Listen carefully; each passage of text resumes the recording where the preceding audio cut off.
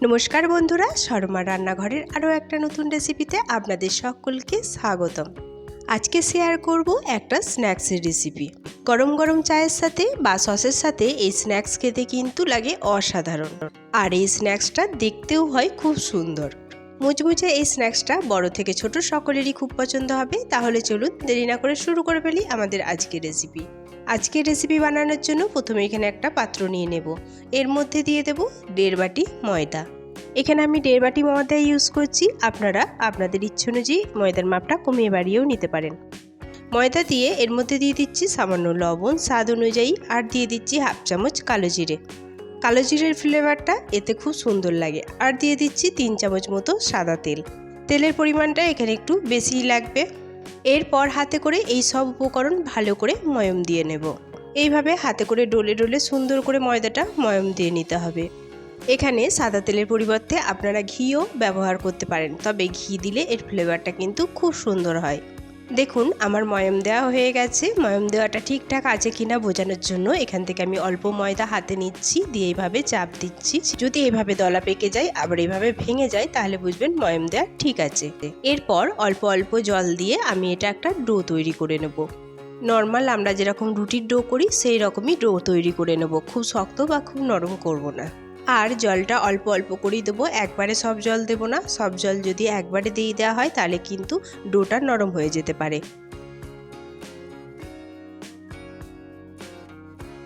দেখুন এখানে আমার ডো তৈরি হয়ে গেছে। এরপর এই ডোটাকে আমি খুব ভালো করে 2 থেকে 3 মিনিট হাতে করে মেখে নেব।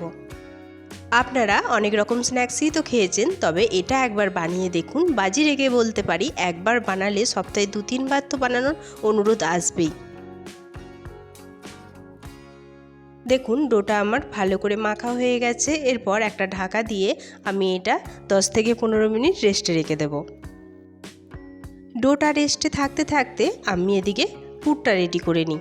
তার জন্য একটা কড়াই বসিয়ে দিয়েছি ওভেনে। এরপর কড়াইটা ভালো করে গরম করে নিয়ে এর মধ্যে দিয়ে দিচ্ছি 2 চামচ মতো সর্ষের তেল। তেলটা খুব ভালো করে গরম করে নিয়ে এর মধ্যে দিয়ে দেবো 1/2 চামচ গোটা জিরে।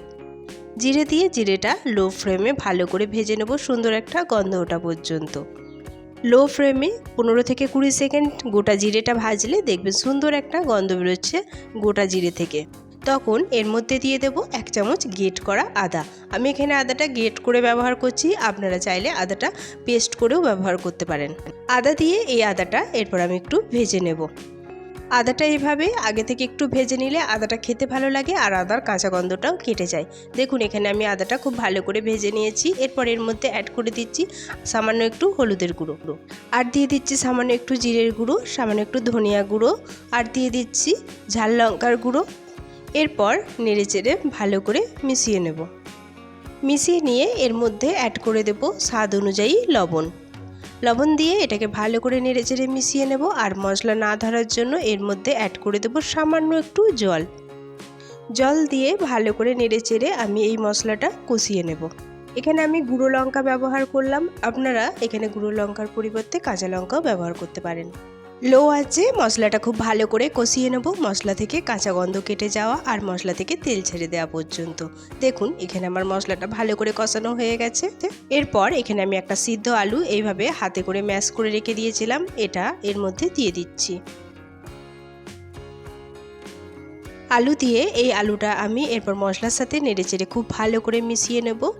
মেশানো হয়ে গেলে এই আলুটা আমি মশলার সাথে খুব ভালো করে কষিয়ে নেব। এই স্ন্যাক্সে আলুর এই পুরটা খেতে কিন্তু দুর্দান্ত লাগে। ভেতরটা হবে একদম আলুর পুরে ঠাসা আর ওপরটা হবে মুচমুচে একদম খাস্তা। দেখুন এখানে আমি আলুটা খুব ভালো করে কষিয়ে নিয়েছি। আলুটা কড়াইয়ের গা ছেড়ে দিচ্ছে। এরপর এর মধ্যে অ্যাড করে দেব আমি কাসুরি মেথি। মেথিটাকে এইভাবে হাতে করে আমি ডলে দিয়ে দিচ্ছি। কাসুরি মেথি দিলে এর ফ্লেভারটা খুব সুন্দর আসে। আর দিয়ে দিচ্ছি সামান্য একটু গরম মশলা আর স্বাদ অনুযায়ী চিনি। এরপর এই সমস্ত উপকরণ নেড়েচেড়ে ভালো করে আলুর সাথে মিশিয়ে নেব। মিশিয়ে নিলেই আমাদের আলুর পুর একদম রেডি হয়ে যাবে। এখানে আপনারা আলুর পুরের স্বাদটা আরও বাড়ানোর জন্য এখানে ভাজা বাদাম বা সিদ্ধ ছোলাও ব্যবহার করতে পারেন। আমি কিছু দিলাম না, শুধুমাত্র আলু দিয়েই এই পুরটা বানালাম। দেখুন সমস্ত উপকরণ আমার ভালো করে মেশানো হয়ে গেছে। পুরটা একদম কড়াইয়ের গা ছেড়ে দিচ্ছে। আমাদের আলুর পুর একদম রেডি। এরপর আমি এটা ওভেন থেকে নামিয়ে নিচ্ছি। এদিকে দেখুন আমাদের ময়দাটাও খুব ভালোভাবে সেট হয়ে গেছে। ময়দাটা অনেকটা সফট হয়ে গেছে। এরপর আমি এটাকে হাতে করে আরেকটু মেখে নেব। আলুর এই স্ন্যাক্সটা খেতে কী যে মজার হয়, না খেলে পরে কিন্তু বিশ্বাসই হবে না। গরম গরম চায়ের সাথে তো এটা জমে যায়।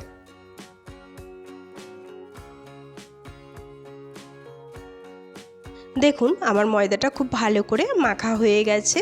এরপর এখান থেকে আমি লেচি কেটে নেব। তার জন্য এই ডোটাকে প্রথমে লম্বাটে করে নিচ্ছি হাতে করে। এরপর এখানে আমি ছোট ছোট করে লেচি কেটে নিচ্ছি। খুব একটা বড় বা খুব একটা ছোট লেচি করছি না। আমরা রুটি করার জন্য যেরকম লেচি কাটি সেই রকম একটু বড় সাইজের লেচিগুলো কেটে নেব। এক এক করে দেখুন আমি সবগুলো লেচি কেটে নিচ্ছি।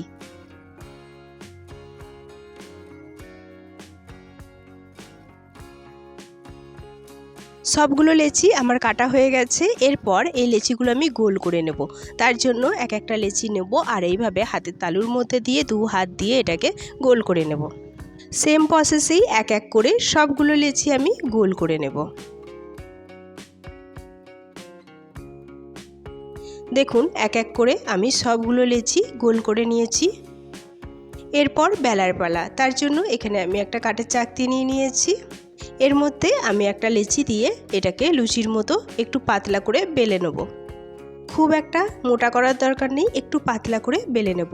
দেখুন আমি যেভাবে বেলছি সেইভাবে বেলে নেবেন। এখানে আমার একটা বেলা হয়ে গেছে। এরপর একটা ছুরি দিয়ে এর সাইডের অংশটা এইভাবে কেটে বাদ দিয়ে দেব।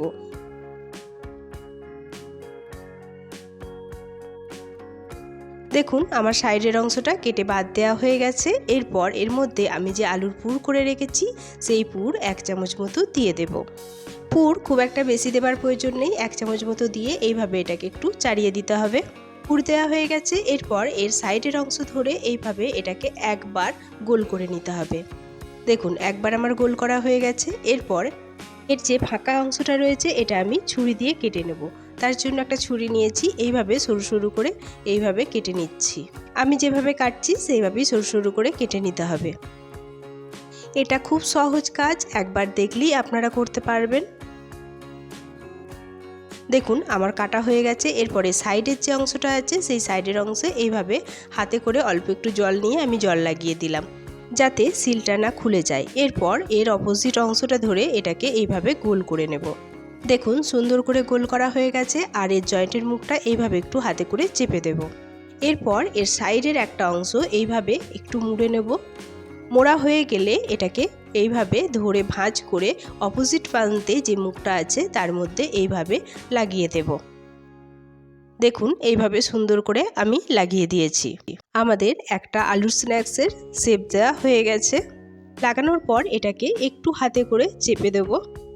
দেখুন ফাইনালি আমার একটা কিন্তু শেপ দেওয়া হয়ে গেছে। এরপর এটা আমি একটা প্লেটের মধ্যে রেখে দিচ্ছি।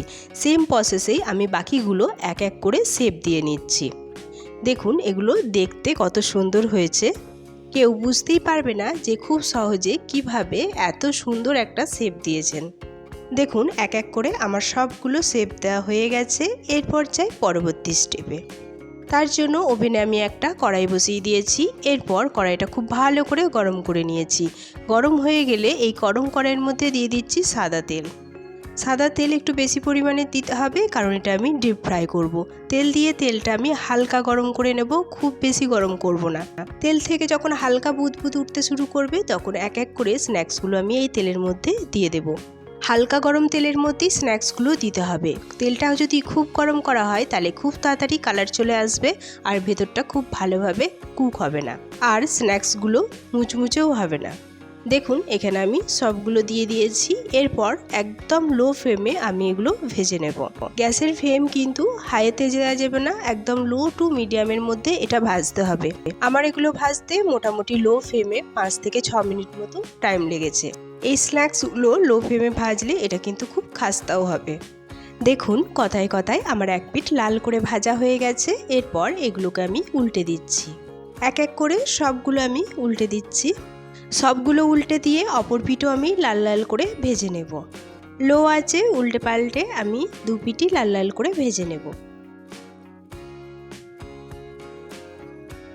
বিকেলবেলা গরম গরম চায়ের সাথে আলুর এই স্ন্যাক্সটি খেতে কিন্তু লাগে দুর্দান্ত। এছাড়া আপনারা সসের সাথে বা কোনো চাটনির সাথেও এটা খেতে পারেন। দেখুন আমার এক পিঠ উল্টানো হয়ে গেছে, এরপর আমি অপর পিঠও ভেজে নিচ্ছি। দেখুন এখানে আমার দু পিঠই লাল লাল করে ভাজা হয়ে গেছে, সুন্দর একটা কালার চলে এসেছে। আর ভাজার পর দেখুন স্ন্যাক্সগুলো কিন্তু অনেকটা বড় বড়ও হয়ে গেছে আর মুচমুচেও হয়েছে। এরম হালকা লালচে কালারই আমি এগুলো তুলে নেব, এর থেকে বেশি আর লাল লাল করব না। একটা ঝাঁঝরির সাহায্যে এইভাবে আমি তেল ঝরিয়ে এরপর এগুলোকে সব তুলে একটা পাত্রের মধ্যে নিয়ে নিচ্ছি। অল্প অল্প করে আমি সব তুলে নিলাম।